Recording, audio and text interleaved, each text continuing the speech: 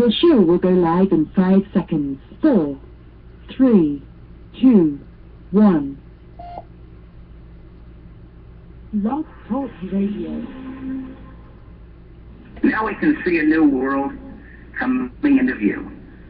A world in which there is a very real prospect of a new world order. The new world order does not mean surrendering our national sovereignty or forfeiting our interests.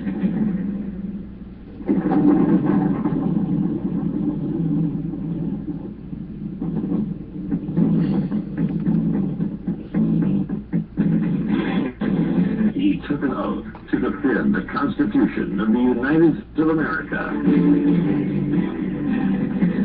By some, he's been called controversial.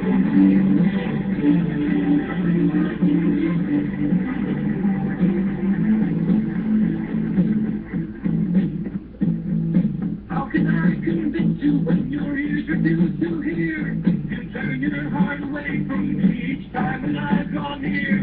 Your eyes refuse to meet with mine, they glance away in fear.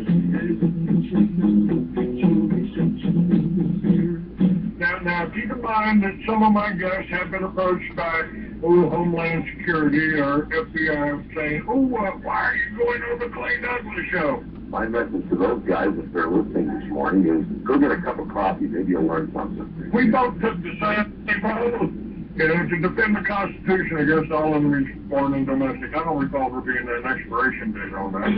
Well, it's just a show. How can I contain the thing we said to speak? Knowing that your eyes are blinded by the light. He is the free American, Clay Douglas.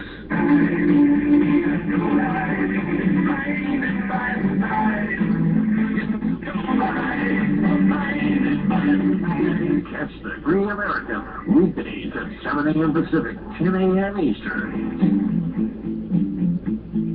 Every time I think about the damage that's been done, the anger wells inside me till I'm almost overcome. I want to tear the moon out of the sky and trust the sun. For the podcast and more details, visit www.freeamerican.com or catch the podcast by phone by calling 832-998-8621.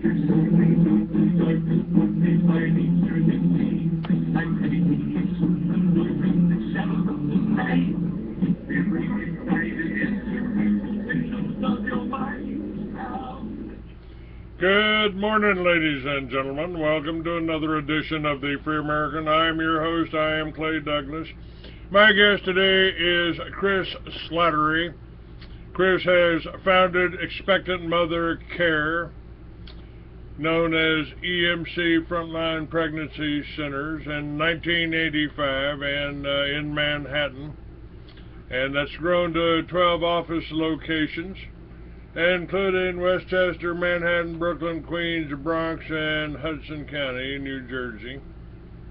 Chris was honored with a Champion for Life Award, a pro-life tribute from John Cardinal O'Connor, and had the privilege of being the confirmation sponsor of the famous Dr. Bernard Nathanson, the producer of the acclaimed videos, The Silent Scream and Eclipse of Reason. Now, Chris, welcome. Thanks very much. Great to be here. Nice to have you, sir. You know, there's been a couple of rulings, Buffer Zone and Hobby Lobby, and you claim those as double victories for pro-lifers.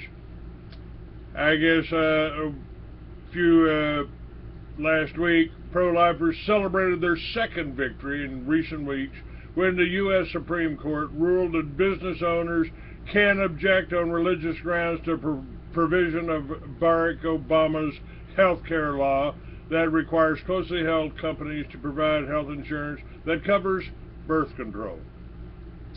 Now, the court held on a 5-4 vote on ideological alliance that such companies can seek an exemption from the so-called birth control mandate of the health care law.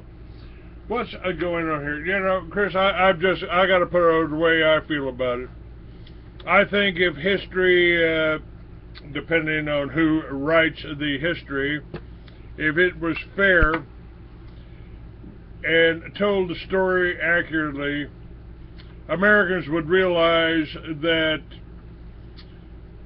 these beings out here, whatever you want to call them, have murdered more Americans than they did Russians after the Bolshevik Revolution. The history tells us that over 60 million Russians were killed after the Soviet Union was formed, after the Bolsheviks took over.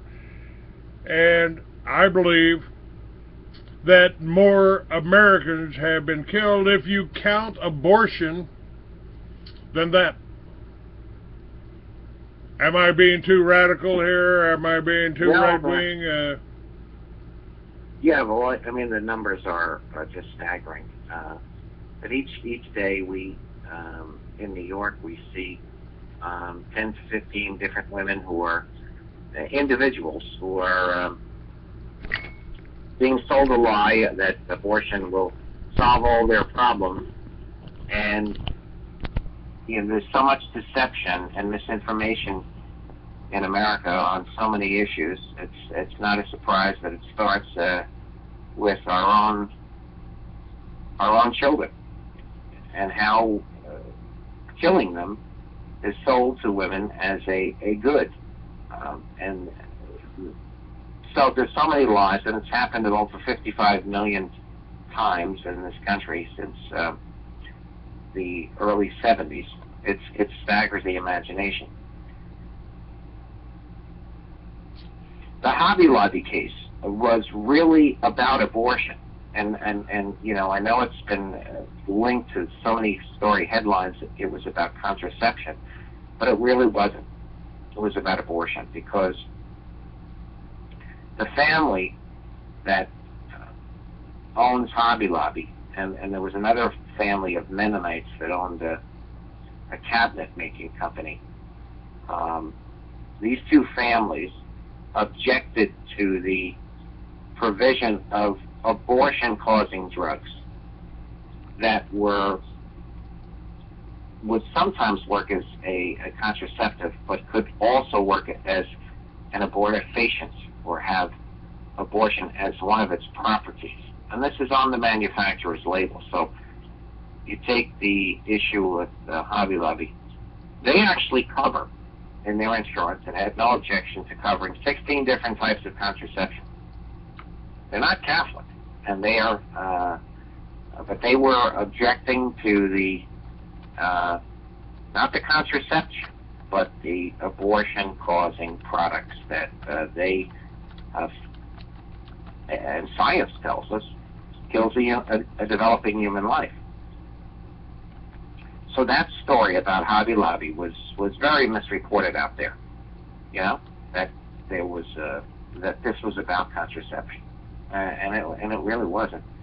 So it was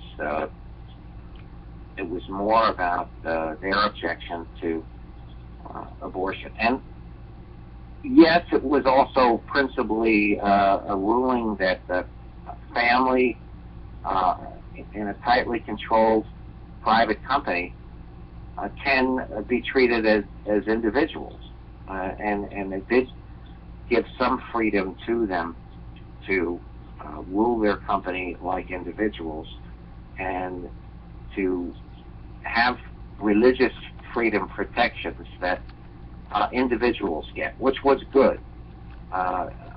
There's some issues that I have a problem with. That fundamentally, I don't like having to protect human rights and civil rights with religious rights. I mean, ultimately, it's science that tells us that human life begins at conception. And that was their underlying basis of their belief, is that science proves to us that we all develop from fertilization, and that we're human beings. Of course, religion can back up that view, but it's fundamentally a scientific, not a belief, but a scientific fact that the life begins at conception. Am I wrong? No, sir. I was while you were talking, I was thinking of a film I saw on YouTube about a family. The gentleman was talking. His wife was pregnant, and in about 2 or 3 months of the pregnancy, I'm not sure of the exact time. You probably have heard the story and could explain it better than I can. She had the baby prematurely, and the baby lived and did quite well, actually. And it was born at what stage? It was about 2 or 3 months. 16 was, 6 or 8 weeks or 12 weeks, something like that. Well, at the point in time, yeah. at the point in time when a lot of women get an abortion, and these babies are pulled from their womb and mutilated, and I think that should be a crime, personally. I don't think this is a matter of choice. I am known to be a little bit radical, and I propose if you want an abortion, let's make it retroactive. Yeah, very funny. Well, you also mentioned another case, and that is if we could segue over to the other case, which was a First Amendment freedom case about Massachusetts laws that were in effect for 7 or 8 years that prohibited pro-lifers from going within a 35-foot zone around the property of every abortion clinic in the state of Massachusetts. Pro-lifers just basically could not go past on any sidewalk near an abortion clinic to reach out with abortion alternatives. And the Supreme Court unanimously shot down this statewide law, which was great, but shockingly, the state of Massachusetts just literally passed a law yesterday that was almost as bad as the original one. So these people have absolutely no respect for the U.S. Supreme Court, and there is no pattern of harassment, intimidation, blocking of people's paths or the doorways to these abortion facilities. That very often senior citizens, retired, are the primary people who reach out to girls and women as they're approaching abortion facilities. We do this work ourselves. We use primarily young people in their 20s. We've been doing this in New York City since about 2007, although I began my work in the late 70s doing this myself. This peaceful outreach is considered by the abortion advocates as an outrageous interference, but most of the women that are approached in front of abortion clinics walk by and are never, they're never cursed at. They're rarely going to be ever really disturbed. They will be intrigued. They will be perhaps annoyed by the presence of someone outside of an abortion clinic on their way in. But in many cases, they do take literature. But in the state of Massachusetts, it's almost impossible unless you're blocks away from the abortion clinic and somebody a few blocks away and they're walking in.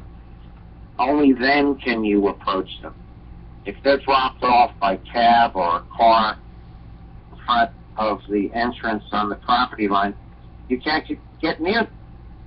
And Massachusetts is provoking the U.S. Supreme Court by literally ignoring their decision of last month. It is disturbing when we see this, and it's almost Obama-like, you know, where he ignores the Constitution, the Supreme Court, the rule of law. And, you know, our people in Massachusetts grudgingly accepted their violation of their First Amendment rights for the last 7 or 8 years. They didn't, you know, provoke arrests. They didn't disobey the law, which was a constitutional violation. And yet, here, again, they're going to have to spend years more time to restore their constitutional rights again. Because, you know, you can win victories, but if our public officials don't respect the law, just like is happening on our southern border, where the federal government ignores our immigration law and has a completely porous, open border, that's a whole other issue, as you know. You know, we're going to see continual violations of our constitutional rights, whether it's to protect the public and give them free information about alternatives to abortion, or whether it's to protect our borders. Well, the border situation is about to get a lot worse. There have been cases overseas right now of Ebola emerging, and this whole flood of children, young people from Central America. I warned people what was going to happen over 10 years ago when I filmed the first Homeland Security meeting. Colonel John Brinkerhoff was lecturing law enforcement, and he made one statement that in case of a single outbreak of smallpox in a major metropolitan area, we'll need 400,000 well-armed, well-trained, organized, disciplined troops to control the American people, because some of them just won't follow orders. In other words, some of us won't line up on a Kmart parking lot to get a vaccination for a disease that's been eradicated in this country for 100 years. And they want us to take a vaccination that'll give us a mild case of the disease that has already been eradicated. And I think that's a definite insight into what's happening with flooding these diseased Central Americans all over the United States. And we're flying them there. They're not walking. We're flying them there. We're putting them on buses. We're putting them on trains. And we're taking them to different places. Border Patrol is overwhelmed. But let me go back to our issue here about abortion. It would seem like there is a bright spot in that story, at least in Philadelphia, where an abortionist, an abortion doctor, was convicted of first-degree murder for killing babies that were born alive in his clinic. And now he's also been sentenced to 30 years in prison for running a pill mill out of the same clinic, according to a U.S. attorney statement. That's Kermit Gosnell, 72. And he also pled guilty for dispensing narcotics from June 2008 to February 2010, writing fraudulent prescriptions for hundreds of thousands of prescription pills. If murdering babies wasn't bad enough, he's also contributing to the real drug problem of the United States. What about him? How is that? Yeah, well, Kermit Gosnell is basically going to spend the rest of his life in prison. There's a film in planning for the story that was over $2.25 million raised through a crowdfunding online site, one of the biggest amounts raised ever for a film, which will be about Kermit Gosnell and his crew of murdering staff, including his wife, who most of whom pled guilty to murder, but Gosnell lost in a jury trial, and I was at the final arguments in Philadelphia a year ago for that trial. Yeah, it was a grisly story, and it was made possible thanks to a government of Pennsylvania that looked the other way at this guy's atrocities and reports of atrocities for years. His facility hadn't been inspected for 15 years by incompetent criminal neglecting public officials. So, you know, this pattern has been played out where there's in New York, the majority of the vast majority of abortion facilities, it was discovered this year, hadn't been inspected in many years. No House of Horrors as bad as Gosnell's in Philadelphia have been uncovered yet, but and in fact, New York State's Department of Health Commissioner was forced to resign this year as a result of this disclosure by the New York Post. We're seeing other facilities around the country close through tightening of regulations, which is good, particularly in Texas. We see a lot of facilities being closed because of higher standards.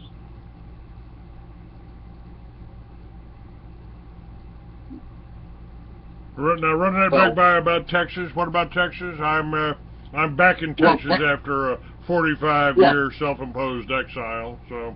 Oh, really? Okay. Well,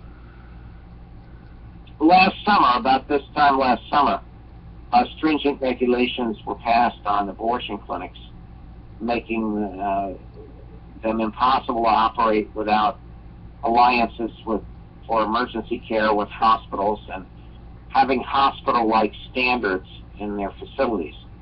And so dozens of facilities in the state are closing as a result of these stringent new standards, which is great. We operate a couple of locations in Texas. I have a operation in San Antonio and in Austin, Texas, where I have counselors in those cities that are working for life, and obviously a very big state. So we have experimented with successfully operating in another state to try and reach many thousands of women that are still successfully aborting there, but we use the word successfully in quotes.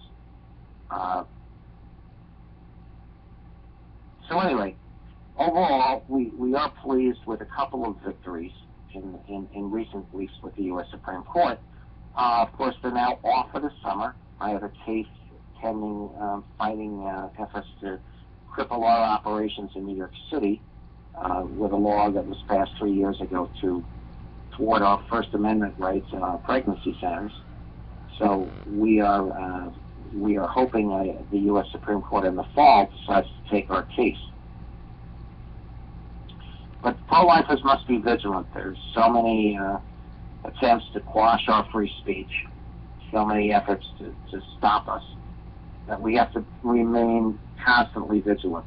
And there are Supreme Court cases that are going to be heard on the religious rights, the freedom of Catholic and Protestants who are objecting to, yes, contraceptives, not just abortion-causing drugs, but contraceptives themselves that they don't want to fund and pay for in their employee health care plans. So those cases are going to be most likely decided in the fall. So there's much on the front burner in the courts across the land that pertains to trying to protect the children, and for trying to protect religious freedom and trying to protect free speech rights. Let me ask you, where do you think this is coming from? You know, the Bible talks about this being a war of principalities, good against evil. I say we're born into this world when we're given free choice, so we can decide whether we want to be good or evil. And the mainstream press, let me just play a little clip here, because this is kind of one of my things. This whole Kermit Gosnell, who you're talking about, he says he's spiritually innocent and writes pro-abortion poetry from jail. How can that help us? He was he got 3 life sentences for murdering 3 babies, killing 3 babies that were born alive in his Philadelphia clinic. But he now says that he was just being a soldier in a war against poverty when he and his clinic employees snipped the necks of 3 babies who were born alive in his grimy abortion clinic. In an ideal world, he told magazine writer Steve Volk, we'd have no need for abortion, but bringing a child into the world when it cannot be provided for, that there are not sufficient systems to support is a greater sin. I consider myself to be in a war against poverty, and I feel comfortable with the things I did and the decisions I made. Now, let me share this with you here. What if that establishment doesn't want and doesn't have the consent of the governed? What if the two-party system was actually a mechanism used to limit so-called public opinion? What if there were more than 2 sides to every issue, but the 2 parties wanted to box you into a corner, one of their corners? What if there's no such thing as public opinion, because every thinking person has opinions that are uniquely his own? What if what we call public opinion was just a manufactured narrative that makes it easier to convince people that if their views are different, then there's something wrong with that, or there's something wrong with them? Games. Let them have their bumper stickers and their straw hats. Let them go to the conventions and let them fight with each other out there, candidate against candidate. But we own them all. So what difference does it make? What difference at this point does it make? What difference at this point does it make? What difference at this point does it make? A disturbing statement into the U.S. congressional record. The statement reveals why J.P. Morgan interests hired 12 high-ranking news managers. The 12 were asked to determine the most influential newspapers in America. They were to figure out how many news organizations it would take to control generally the policy of the daily press of the United States. The 12 found it was only necessary to purchase the control of 25 of the greatest papers. An agreement was reached. The policy of the papers was bought, and an editor was placed at each paper to ensure that all published information was in keeping with the new policy. Soon, that policy would be defined by a front group formed by J.P. Morgan and his colleagues. In fact, Morgan's personal attorney was founding president of the organization, the Council on Foreign Relations. We get a lot of advice from the council, so this will mean I won't have this far to go to be told what we should be doing. Vice President Dick Cheney takes a question from David Rockefeller. Vice President, I just enjoyed so much your whole speech, but I was particularly pleased that you gave such a strong endorsement for the free trade agreement for all the Americas. Both the 1994 Miami Summit and the FTAA proposal were conceived and nurtured by a Rockefeller-created network. Prominent among the organizations sponsoring the Miami event were the Council of the Americas, founder and honorary chairman David Rockefeller, the Americas Society, chairman David Rockefeller, the Forum of the Americas, founder David Rockefeller, the Institute for International Economics, financial backer and board member David Rockefeller, the Trilateral Commission, founder and honorary chairman David Rockefeller. All right, Americans, are you seeing a disturbing pattern here? We don't have a 2-party system. We got a 1-party system. I call it two wings, Republicans and Democrats, two wings of the same bird. And it's this press that is not talking about this. It's it's really not, doesn't seem to be open for discussion, even with Supreme Court cases now coming down in our favor here, those that oppose the killing of children. Absolutely. That was Judge Andy Napolitano, yes, sir. Yes, sir. And the female voice was the person that they want to force down your throats for president, Hillary Clinton, the bitch of Benghazi, I would say. Sure. What difference does it make? What difference does it make, right? Makes a difference to me. Yeah, and for the families of the 4 victims. So, I'm hoping that your listeners are, getting motivated to and working hard to protect the children, to protect freedom. Your listeners are across the land on the World Wide Web, is that it? Yes, sir. And it's actually across the world. And my Facebook page is Free American 69. On the that's my YouTube, my Facebook, my Twitter, and this show will be put up in all of those venues. And this is really a worldwide problem. And if you go to my Facebook page now, you'll also see another issue that I think's pretty close to my heart. That's basically, not too far different from the issue we're discussing, and that's Gaza. That's the war on the Palestinians, on the Palestinian children. They are killing the women and children. And by the way, that is the reason that I got on this in the first place, Chris, was when I watched the BATF murder, and the FBI murder 17 little children in Waco and their families. They killed their families too, to save them from a accused child molester. They could have been picked up at any time. This is what got me started on this. And when I watch what's happening in Gaza with them using drones to target and kill whole families, whole neighborhoods in Gaza, that's and I've just put up films that made by Israeli soldiers that say we're guilty of war crimes. We're guilty of war crimes. So this is not just a local problem. It's not just our children they're killing. They're killing children all over the world with these false flag created wars. And my focus has been on the war on the children, the war on the American children, our own children, and not killed by drones, but killed by individual decisions made often in coercion, made often in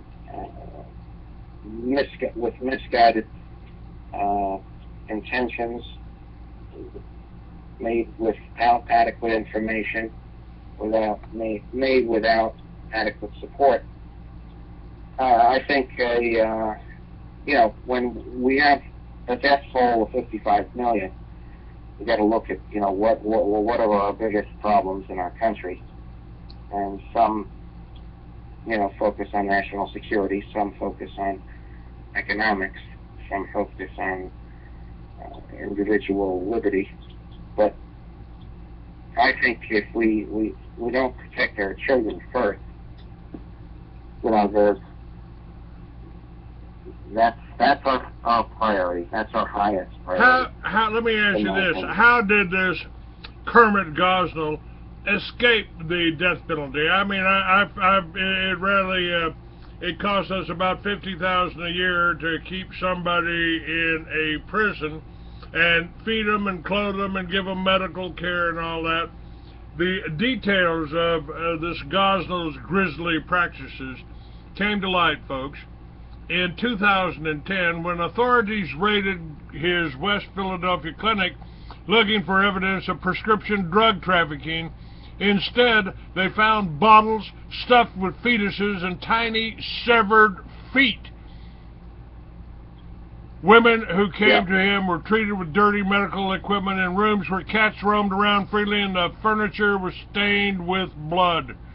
During his trial, his former employees testified that the physician would perform abortions past Pennsylvania's 24-week limit. They said Gosnell instructed them to cut the babies' necks with scissors, even though the infants were whimpering and moving. And in May, he was found guilty of 3 murders and more than 200 counts of violating Pennsylvania's abortion laws, and he doesn't think he's done anything wrong. My God, Chris, this just stuns me. How can anybody defend this kind of evil? Well, it's going on worldwide for many decades, and it's one of many, many evils but one of our worst. And in this country, we tolerated slavery for many, many years, and we finally were able to defeat at least racial slavery. There's now new kinds of slavery, of sexual trafficking and children and girls. So it's look, evil will always exist. Poverty will always exist, but we have to fight these things. We have to fight them, and fight them with vigor and action. That is what the pro-life movement is all about. It's the largest grassroots movement with the most organizations, and I believe the best organized grassroots movement in America. And we are winning victories. We never give up. We fight at every level: city, county, state, federal. We work to protect children through election of pro-life leaders. Not always are they faithful. Not always do they come through. But we fight by reaching women before the abortion clinics do, before the Gosnells get them. I have a facility in downtown Brooklyn, which is in the same building as 2 abortion clinics. And we've operated since the late 90s a competitive clinic. We often get women coming to us in quotes, by mistake. We think they're in one of the other 2 abortion clinics in the same building. So that's a clever way to compete, We can wring our hands in the big cities where we don't have pro-life politicians, where we can't pass pro-life protective laws. States like New York are amongst the worst. And we can have victories if we work hard to reach mothers first, before the Gosnells get them. Let me ask you something. Now, I am on the board of directors of Timothy Bible College. The dean of Timothy Bible College has been a friend of mine for years.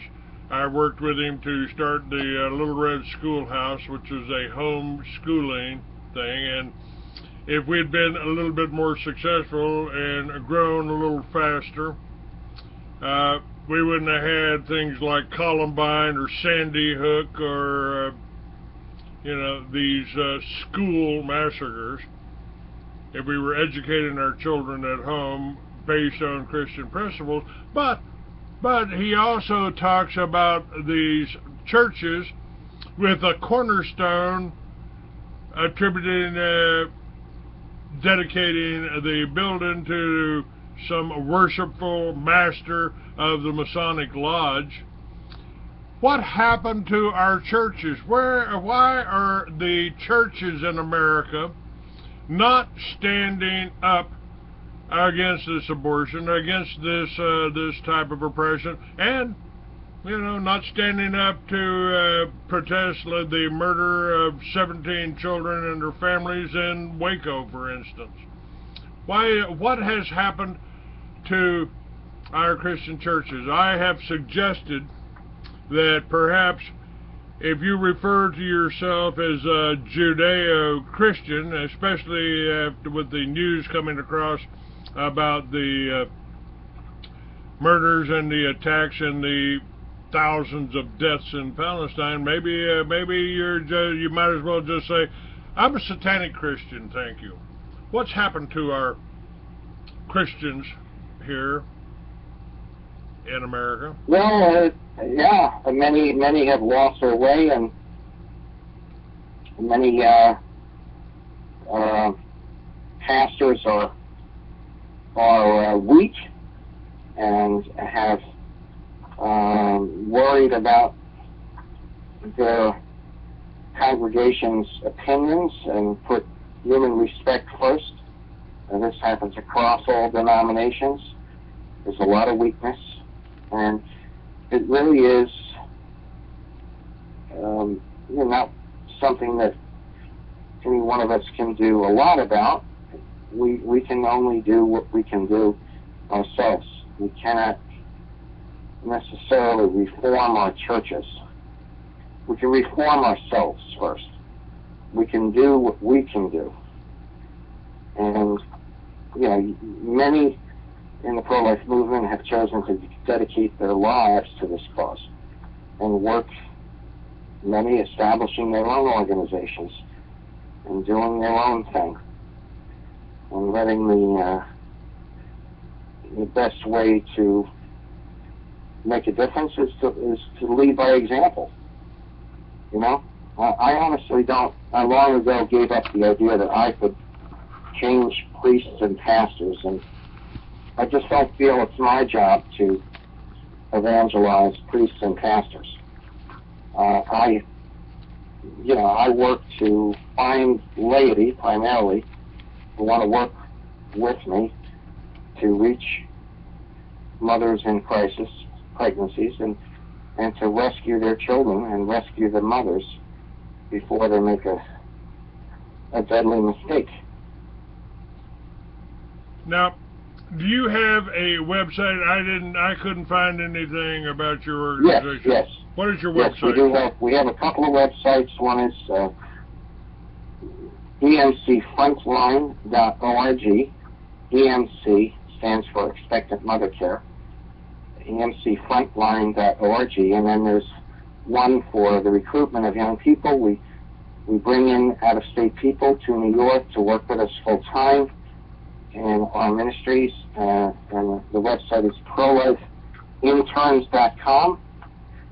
prolifeinterns.com.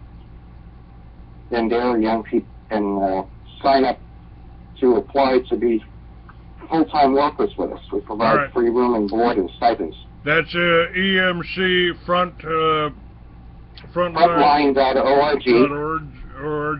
Okay. And pro-life interns.com. All right, I will add that to this show. This show will be available up on my website. All they have to do is click on your name, and right below your name and 2 or 3 spots on the website, you will have your links to your website. And you might tell special guests that it'd be a good idea to add that on their descriptions for you. Oh, yeah, they should. Certainly. I'll let them know. All right, yeah, Jerry, he's been providing guests for me for many years, so. Good. It's well, listen, it's been a pleasure being on the show, and I appreciate the audience praying for us and for you to pray for us and your program in mind. Okay? All right, sir. Thank you so much. I thank you, and congratulations on your work. Again, this will be up on my website in a couple hours. Excellent. And feel free to, you can go to click on your name and save it, save the file, or open it up for your default player, and that'll give you the MP3 of this show. And then we'll you can pass that out, send it out to anybody on your email list, or post it on your website. Thank you so much. Thank you, Chris. Been my Will pleasure. do. God bless you. Bye-bye now. Bye-bye. All right. Now, let's see if I can bring back up Crusade Radio. We weren't able to get Crusade up.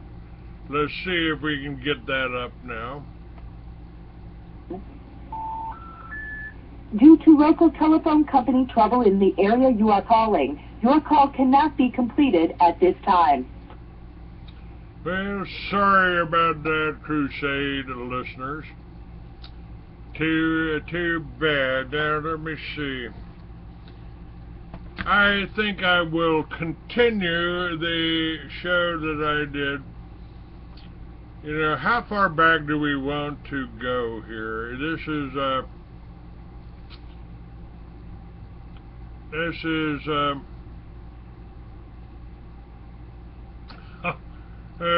let me do this little musical interlude while I warm my coffee up. From Overseas by the Austerity All-Stars here.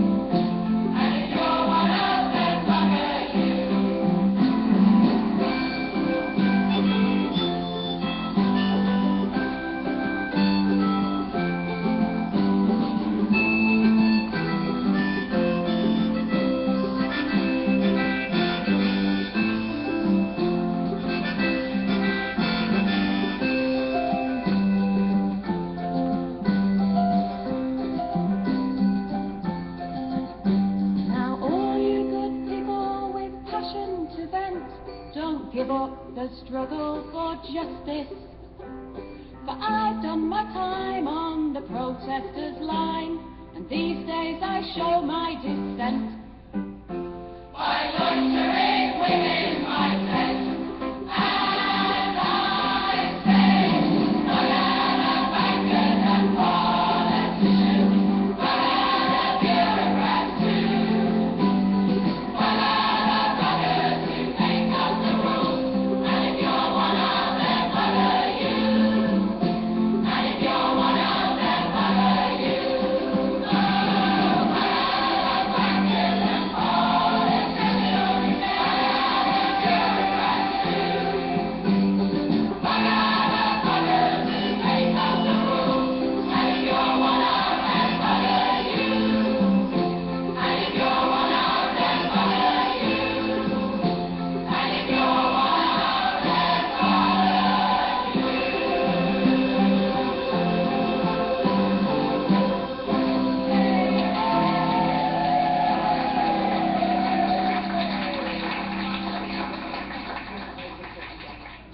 All right. Bugger the bankers. All right. That's up if you want to sing along. That's up on my Free American 6-9 page. Hey, let's hear this. Let's hear from. I mean, in terms of what's going on now, what's your assessment of what Israel is doing in Gaza? This is up on my Facebook site, Free American 6-9. You can see the pools of blood, the rivers of blood flowing from children and Palestinians, murdered children, and the voice you're hearing is an IDF, Israeli Defense Force soldier. I can answer you with 2 words: a war crime. This is Yonatan Shapira, former captain of the Israeli Air Force. My government is now engaged in a massive war crime, killing hundreds of innocents. It's not just a war crime against the Palestinians, it's a crime against the Israeli people. And on behalf of thousands of Israelis that are demonstrating right now in the streets of Tel Aviv, in Jerusalem, and in many other places, with Palestinians, with internationals, people from all kind of background and all parts of the Israeli society are completely ashamed and against this crazy assault. And of course, because the media is controlled, you don't see this on CNN, you won't see this video on ABC or NBC, because the criminals that control your media don't want you to know what kind of criminals they are. And this is why, folks, I do the show. It's not because I hate Jews. I hate criminals. I hate murderers. I hate the people that back these kinds of people. And like I said, we're born here. We're given free will. That may be a curse, not a benefit. We can choose to be good or evil. I do this show, I do this Free American, to inform you about the good people out there like Chris Slattery that are trying to do something to stop the murder of billions of babies every year. These babies that are never given a chance because of criminals like Gosnell. And it's happening in Israel, but it's not all the Jews. I've told people over and over and over again, I don't care. I don't care who your grandmother slept with. I care about what you are doing today. What are you doing? Are you supporting these people? Are you supporting the fighters? Are you supporting the Chris Slatteries? Are you supporting the Clay Douglas? We need support. We need help because they have tried to keep me off of the air. They've tried to kill me. They've tried to stop me from telling you the truth. And they want to scream anti-Semite. They want to point a finger to try to keep you from supporting me. That's what the whole thing's about. That's what the whole thing is about, is to get you to donate to the John Hagees, donate to the Pat Robertsons, donate to the people that are supporting the Zionist government of Israel. And there's thousands of Jews out there that are protesting. I put them on the cover of my magazine years ago. Thousands of Jews marching in New York City, trying to tell you and trying to inform you that the Zionists that are running Israel, they're working for the Rothschilds, they're working for the Rockefellers, they're working for the banks that want war, that benefit from war, that make money off of the wars and make money off of the murders of the people. It's IDF soldier, and go to my website, Free American, Facebook, Free American 69, and see the pictures of these children, of these Palestinians, these civilians that are being murdered by these airstrikes. We know that you cannot kill, as Jewish people, we know that you cannot kill the desire of people to be free. As a Jewish person that was raised on all these values of liberation and humanity and freedom, we cannot kill the desire of the Palestinian people to live in freedom. And on behalf of those people in Israel and in the world, I want to call the international community, the Jewish community in the world, and everyone that listens to me now, please join our force to stop this massive killing. Please, for the sake of Israel, for the sake of Palestine, and for the sake of the world, I want to cry and to shout and ask you, people are dying right now. I was just calling on, I was listening to you a couple of nights ago, and you were talking to these people, and they were saying that the Jews did not have the right to gain Israel from the Palestinians, and I was just saying, throughout history, the Jews have been persecuted, obviously, from the Holocaust, and we were granted Israel as a result of this. Granted by whom? From Britain and other countries granted us that. Well, what right did Britain have to grant you somebody else's country? Well, it's due because we lost 6 million people. No. I'm not arguing about that. I'm going to come on to that. What right did Britain have to grant you somebody else's country? Well, they basically gave us because of the But they gave you somebody else's country. That's the point I'm making, Alex. Can you deal with it? Britain granted you somebody else's country. I'm asking you, what right did Britain have to grant you somebody else's country? The Jews have suffered. They were subject to regular discrimination at best and murder at most. The one place in the entire world that Jews were neither discriminated against nor subject to pogrom was the Muslim world. That's why, under the protection of the Muslims, the Jews left Europe.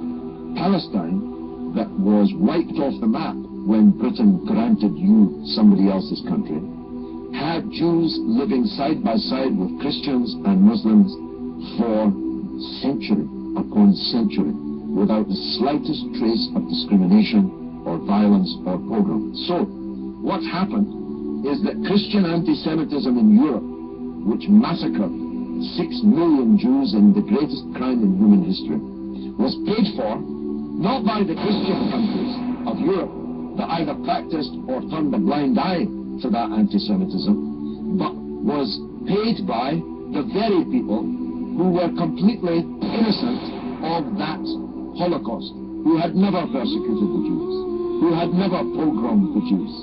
And that seems to me to add insult to the injury suffered by a people whose country was wiped off the map, who were dispersed into exile, to make way for a Zionist idea which was granted to European Jews by Britain, that Britain had no right to give away somebody else's country.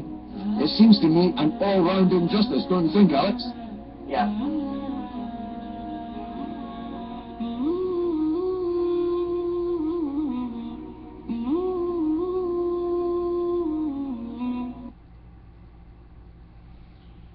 All right.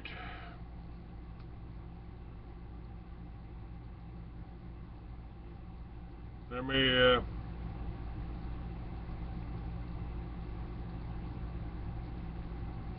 see what's come in here.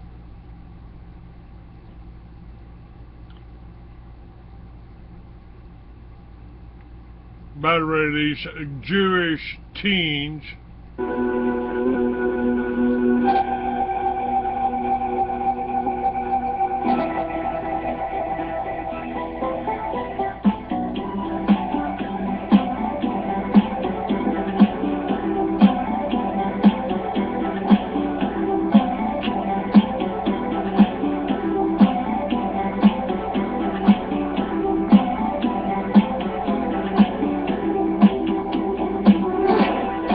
Discover what's really going on in the world.